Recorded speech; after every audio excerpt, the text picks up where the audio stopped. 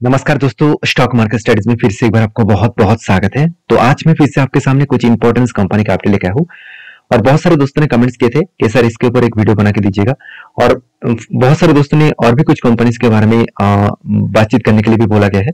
तो प्लीज मैं रिक्वेस्ट करूंगा, थोड़ा सा इंतजार करिए। मैं किसी न किसी वीडियो के अंदर आपको मैं आपका जो रिक्वायरमेंट है उस रिक्वायरमेंट के बेसिस में मैं आपको जरूर वीडियो का डिटेल्स डिस्कशन जरूर करूंगा। तो आज जिस कंपनी के बारे में चर्चा करूंगा उसके ऊपर वीडियो देखिए और चैनल को अभी तक सब्सक्राइब नहीं किया तो जरूर कर लीजिएगा। कंटिन्यूसली इन्फॉर्मेशन और अपडेट्स पाने के लिए चैनल के ऊपर बने रहिएगा। फर्स्ट कंपनी जिसके नाम है फर्स्ट कंपनी जिसका नाम है जोमेटो। देखिए जोमेटो के ऊपर सबसे बड़ा एक अपडेट आया। सबसे पहले वो अपडेट आपको बिजनेस टुडे मतलब बिजनेस लाइन today.com इस साइट के ऊपर आपको दिखाऊंगा। तो जोमेटो शेयर जूम ओवर 100%, तो 100% जूम हो चुके 2023 के सो फार। टाइम टू बुक प्रॉफिट और मोर स्टीम लेफ्ट। मतलब क्या है, यहाँ पे बताया जा रहा है कि कंपनी ऑलमोस्ट एक साल के अंदर अंदर 100% आपको प्रॉफिट दे चुके हैं। मतलब का फंड डबल कर चुके हैं। क्या इस टाइम में कंपनी को प्रॉफिट बुक करना चाहिए, क्या कंपनी को माल बेचना चाहिए? इस तरीके से कुछ बड़े बड़े इन्वेस्टर के बातचीत है, जो बातचीत आप यहाँ पे पढ़ सकते हैं। यहाँ पे सारे डिटेल्स दिया गया है। The multibagger stock has gain around 103% 2023 सो फार। मतलब 2023 खत्म होने से पहले ही 103% के आसपास रिटर्न दे चुके हैं। It was last seen trading 0.77%। मतलब पिछले दिन में कितना ट्रेडिंग हुआ था उसके बारे में बातचीत किया जा रहा है। टेक्निकली मतलब जो एनालिसिस पोजीशन है वो भी काउंटर वाइज देखा जाए तो अच्छा खासा पॉजिटिव 10 में है। अभी फाइनली मैं इस कंपनी के ऊपर चार्ट पैटर्न में खुद आपको दिखा रहा हूँ। देखिए मैंने आपको एक लेवल मेंशन करके दिया। तो जोमेटो के ऊपर जिस तरीके से ग्रोथ हुआ, अगर डाउन साइड से अगर टॉप साइड तक देखूं तो एक अच्छा खासा ग्रोथ देखने को मिलेगा और 100% के ऊपर जंप देखने को मिलेगा। तो यहाँ पे देखिए शोल्डर कम हेड कम शोल्डर केड हुआ, उसके बाद ब्रेकआउट भी हुआ और मुझे लगता है शानदार तरीके से यहाँ पे टारगेट को वो अचीव कर सकते हैं। अभी किस तरीके से देखिए, शोल्डर कम हेड कम शोल्डर पैटर्न केड हुआ, ब्रेकआउट भी हुआ और मुझे लगता है इजीली वो इस टारगेट को अचीव कर पाएंगे। और यहाँ पे ये जो टारगेट है इस टारगेट को वो डायरेक्टली अचीव नहीं करेगा, वो धीरे धीरे करके अप 10 में जाएगा। सबसे बड़ी बात है इसका लाइफ टाइम जो हाई है उसी के नीचे इसका टारगेट बना है, तो हायर चांसेस है इस टारगेट को वो अचीव कर सकता है। और दूसरी बात, यहाँ पे कंपनी के ऊपर जो पोजीशन है, इस पोजीशन के बारे में बात करूं तो यहाँ पे आप देख सकते हैं कंपनी के यहाँ पे एक स्ट्रांगली रेजिस्टेंस है। इस रेजिस्टेंस को कंपनी फेस कर रहा है। अब इस रेजिस्टेंस को फेस करने के बाद मुझे लगता है यहाँ पे रिटेस्ट करने के बाद थोड़ा सा करेक्शन होने के बाद यहाँ पे फिर से ब्रेकआउट हो सकते हैं। बाकी आप इसके ऊपर क्या राय रखते हैं जरूर मुझे कमेंट्स करके बताना। अभी इस कंपनी के ऊपर इस तरीके से ग्रोथ जो हो रहा है, क्या सही में यहाँ पे एंट्री लेवल जो बना था क्या सही में ट्रेड लेना सही होगा? देखिए कंपनी फर्स्ट टाइम कंपनी पिछले दिनों में क्वार्टरली रिजल्ट में 2 करोड़ का प्रॉफिट किए थे। इस बार वो प्रॉफिट बढ़ के हो चुके 36 करोड़ के आसपास। तो धीरे धीरे करके कंपनी खुद को बिजनेस को बड़ा कर रहा है और खुद के बिजनेस को स्टेबल भी कर रहा है। तो उस हिसाब से बात करूं तो कंपनी में अपकमिंग टाइम्स में एक अच्छा खासा ग्रोथ होने का चांसेस देखने को मिल सकता है। तो बाकी इस कंपनी के ऊपर हर पैरामीटर्स आपको धीरे धीरे करके पॉजिटिव होता देखने को मिले। जैसे कंपनी का कर्जा तो एकदम देखा जाए तो नाक के बराबर था, इस बार कंपनी कर्जा उठाया, उसके पीछे रीजन भी है, मैं आपको दिखाऊंगा। रिजर्व देखिए कंपनी का करीबन 1000 करोड़ से 18,000 करोड़, ऑलमोस्ट 2x के आसपास, सॉरी 18x के आसपास कंपनी का रिजर्व बढ़ चुके हैं। और उस हिसाब से फिक्स्ड एसेट भी बढ़ा, 190 करोड़ से बढ़ के हो चुके 6200 करोड़।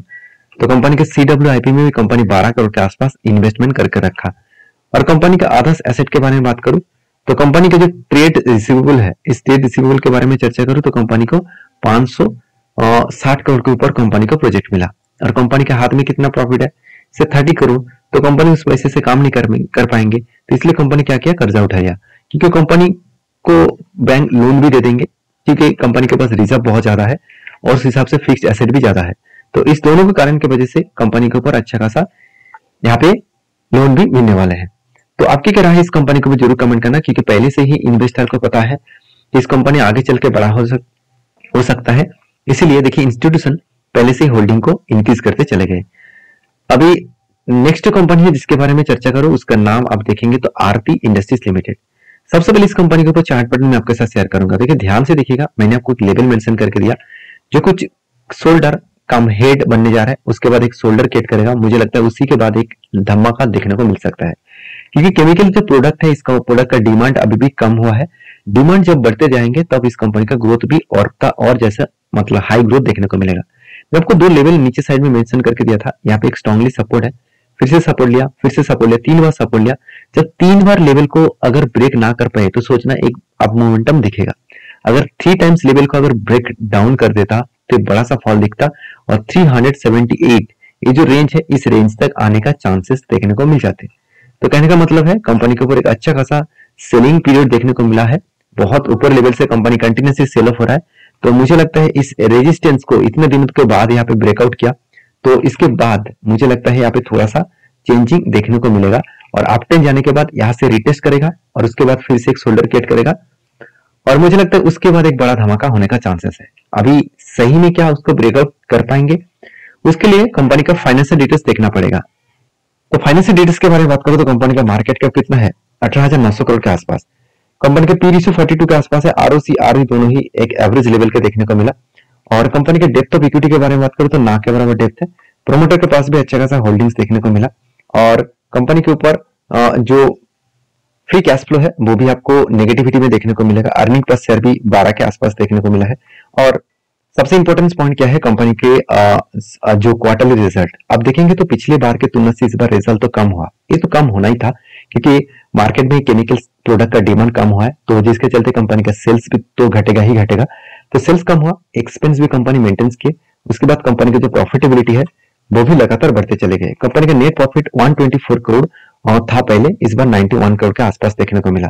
तो कुछ अलग लेवल का यहाँ पे नेट प्रॉफिटेबिलिटी देखने को मिला है। तो प्रॉफिटेबिलिटी बहुत कम हुआ, जिसके चलते शेयर के ऊपर एक प्रेशराइज देखने को मिलेगा क्योंकि कंपनी के अंदर में कुछ खराबी नहीं है, पूरा का पूरा सेक्टर में खराबी है, तो उसके चलते कंपनी के ऊपर भी प्रेशर देखने को मिला। अगर खराबी होता तो इंस्टीट्यूशन पहले से ही माल बेचकर भाग जाता, मगर इंस्टीट्यूशन देखिए कंटिन्यूसली इस कंपनी के ऊपर होल्डिंग को मेजर कर रहा है, मेंटेन्स कर रहा है। तो 10 करोड़ 16 करोड़ इस तरीके से अच्छा खासा पैसे को वो कंटिन्यू कर रहा है। अभी कंपनी के कंपनी के जो रेशियोज है उसके बारे में चर्चा करूं तो कंपनी के डेज पेबल जो 89 डेज लग रहा था, 60 डेज लग रहा था, वो घट के मतलब कम होके हो चुके हैं 50 डेज। इसका मतलब जो डेटोस डे है उसके बारे में चर्चा करूं तो कंपनी के डेटोस डे में 50 दिन के आसपास, मतलब 50 के आसपास देखने को मिला है अभी। इसका मतलब कंपनी के डेज पेबल में अच्छा खासा ग्रोथ हुआ। अभी डेज पेबल में कंपनी का टाइम कम लग रहा है, जितना टाइम कम लगेंगे तो उतना ही ग्रोथ होगा। और इन्वेंटरी के बारे में बात करें तो इन्वेंटरी में 108 दिन लग रहा था, अभी 115 दिन लग चुके हैं। और डेज पेबल के बारे में बात करें तो कंपनी जो पेमेंट कर रहा है कस्टमर को जिससे वो रॉ मटेरियल्स खरीदारी किए है उसमें टाइम कम लगा है 45 days. Overall cash conversion cycles के बारे में बात करूं, इस तीनों पॉइंट को मैं एक साथ अगर एवरेज करूं तो 112 दिन लग रहा है कंपनी का टोटल प्रोजेक्ट कंप्लीट होने में। तो यहाँ पे टाइम पीरियड मुझे ज्यादा लग रहा है, तो टाइम पीरियड को कंपनी को कम करना पड़ेगा। हाँ, एक टाइम और भी बहुत ज्यादा था, 165 168 के आसपास था, वो घट के हो चुके 122। तो एज ए इन्वेस्टर तो इसीलिए शायद मुझे लगता है कंपनी के ऊपर थोड़ा सा स्टेक एफआईएस ने बेचा, मगर उसका उल्टा हो गया, डीएस ने कुछ क्वांटिटी ऐड किया।